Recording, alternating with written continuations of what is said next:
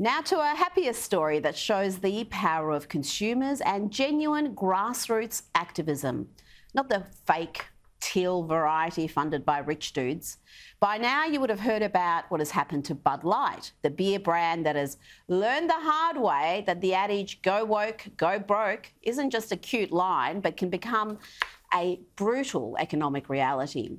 And that's something for Australian corporates, including professional sporting bodies, to keep in mind as they contemplate involving their brands in the highly contentious, the highly divisive voice debate. Bud Light was once the dominant market leader in the US. It's had a horror 6 weeks after indulging in some reckless corporate virtue signalling. The company thought it could push LGBTQI activism masquerading as diversity and inclusion, which would endear it to the left and increase its brand's appeal in new markets. But what actually happened was devastating reputational damage, coupled with plummeting sales and market value.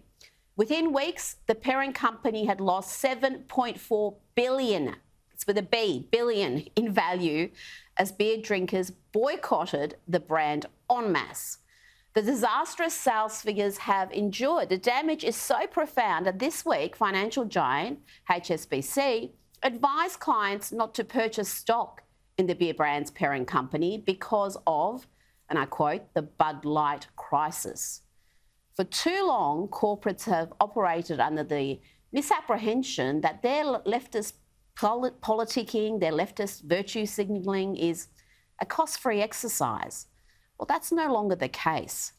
Author and filmmaker Matt Walsh has labelled the backlash against Bud Light as the most impactful conservative boycott in modern history, and has urged consumers to repeat the behaviour with other companies that promote far-left political or social views. He wrote, "We have devastated Bud Light with this boycott. The great thing is that this was completely grassroots. Many prominent Republicans were actively against the boycott."